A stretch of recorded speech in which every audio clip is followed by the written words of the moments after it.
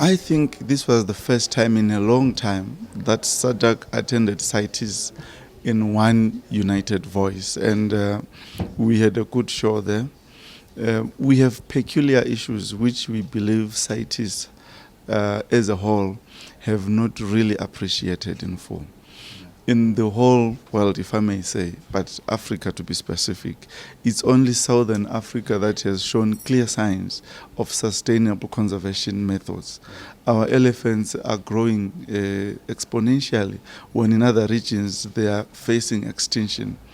And the SADC region is now being penalized for being sustainable in its conservation methods.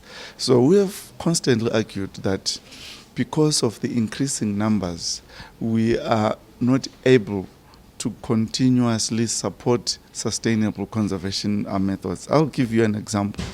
We have round about 78,000 elephants when our capacity is 48,000. What does that do? It increases the human-wildlife conflict in those areas. And you'll see that communities are struggling in terms of their livestock. It puts those animals at risk of poaching. But more importantly, the pastures are fast running out.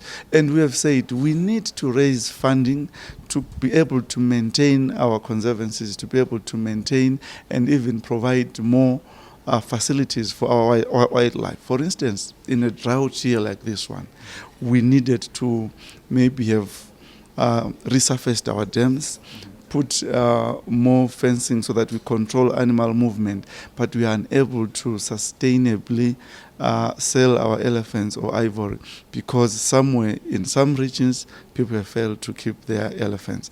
We feel that we are being punished for having good conservation methods. So will we leave? Is Zimbabwe going to leave?